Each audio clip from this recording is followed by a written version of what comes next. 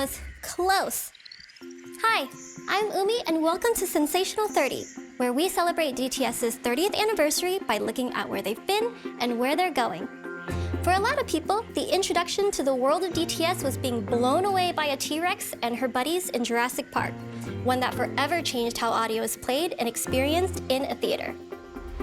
30 years later, DTS is still blowing people away in cinemas, but they're also doing it in places you might not know about.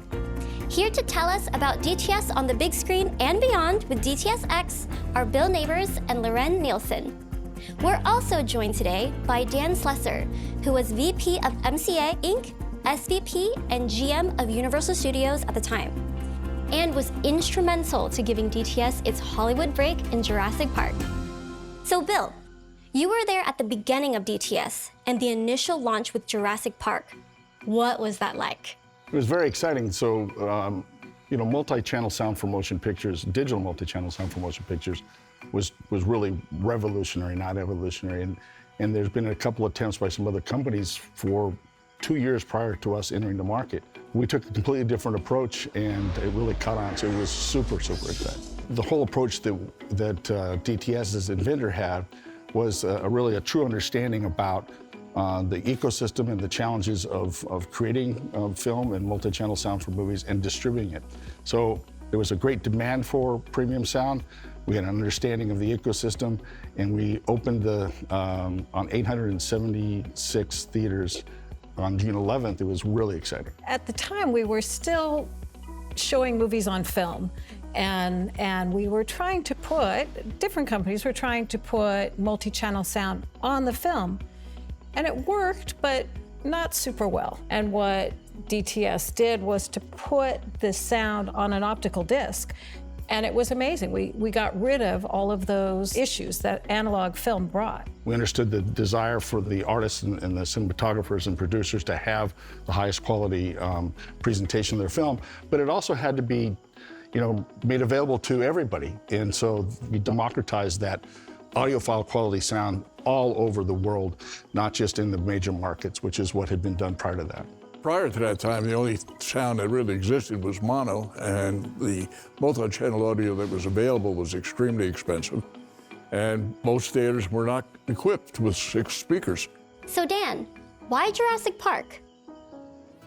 Stephen has always been a firm believer that the audio on a film was as important as the image. Buzz Knutson, a re-recording mixer, put DTS on a short piece of Jurassic Park and showed it to Stephen. And he said, take a look at this and see if we can get it in time for Jurassic Park. I want to do a wide release. We met the next day. I listened to the demo. It was so compelling to listen to it. The difference between the 6-channel multi-channel audio and the 2-channel mono. So when we formed the partnership on January 17th, 1993, and opened Jurassic Park on June 11th of that same year on 876 screens.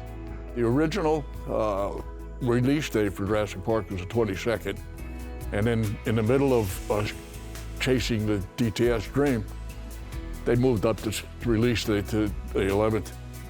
Almost give me a car in there. Yeah, so you handed that over to me. So after the success of Jurassic Park, what came next for DTS in cinema? We were manufacturing like crazy, so we moved all through Europe, and then into Asia. South America was a big market as well. And that was all to support Jurassic Park. And then, of course, we had to keep backfilling because we were adding more Universal movies and more studios and everything else. The change was rapid, very rapid. It's like a domino effect. Absolutely. It was a real snowball, yeah. Now it is all about cinema and streaming at home. Loren, how has DTS continued into the formats today?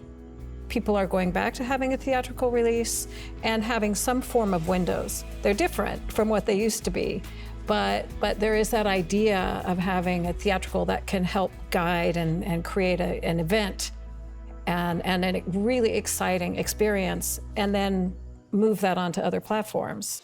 DTS today, there are new formats and new standards.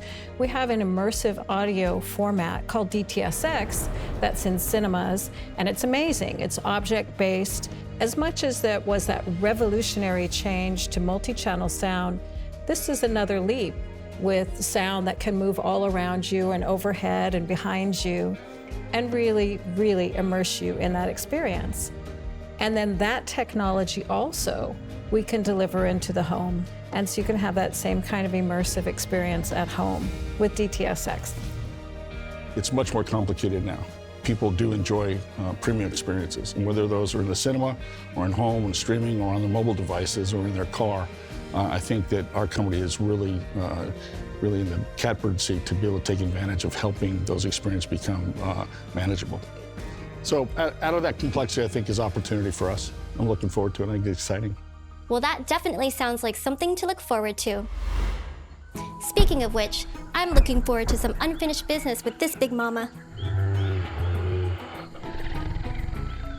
And stay tuned for our next episode where we talk about how DTS is expanding immersive audio in your home.